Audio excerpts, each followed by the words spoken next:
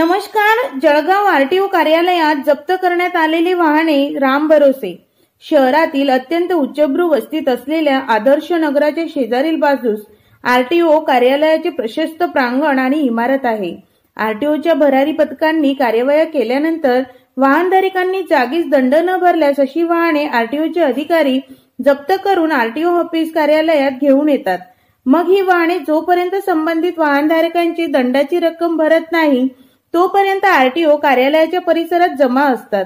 हा सर्व प्रकार वर्षानुवर्षे सुरू आहे. आरटीओ कार्यालयात एका कोपऱ्यात ही सर्व वाहने लावली जातात. मात्र या वाहनांवर लक्ष ठेवणारे कोणीच नसल्याने वाहने बेवारससारखी पडलेली असतात. चोरांचे प्रमाण वाढले असून आरटीओच्या अधिकाऱ्यांनी जप्त करून आणलेली वाहने या कार्यालयाच्या परिसरात उभी करून ठेवल्यानंतर रात्री चोरटे या वाहनांच्या स्पेअर पार्टवर चोरून नेतात. वाहनांमधील महागडे टेप रेकॉर्डर, बॅटरी, स्टेपनी अशी हाताळलेली सोपी स्पेअर पार्ट चोरटे लंपास करतात. वाहनधारक जेव्हा न्यायालयात किंवा आरटीओ कार्यालयात दंड भरणे आपले वाहन सोडवण्यासाठी येतो त्यावेळी त्यांच्या वाहनातले स्पेअर पार्ट लंपास झाल्याचे लक्षात येते. त्यानंतर वाहनधारक बोंबाबोंब करतो, पण सारेच हात झटकतात.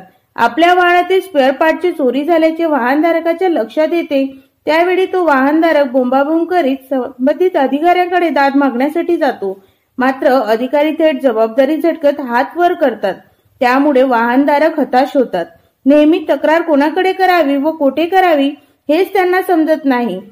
त्या वाहन चालकाला निव्वळ फिरवाबिरव करण्यात येते. काही महिन्याआधी एका व्यक्तीने आत्महत्येचा प्रयत्न केला होता.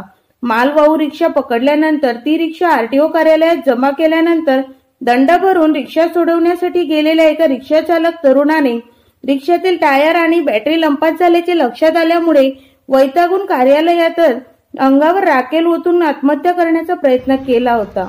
मात्र या प्रकारानंतर देखील अद्याप आरटीओ कार्यालयात कोणतीही सुधारणा झालेली नाही. यावरून असे लक्षात येते की आरटीओ कार्यालयात जप्त वाहनांची सुरक्षा राम भरोसे आहे. मी प्राजक्ता तायडे, दैनिक हॅलो बातमीदार, जळगाव.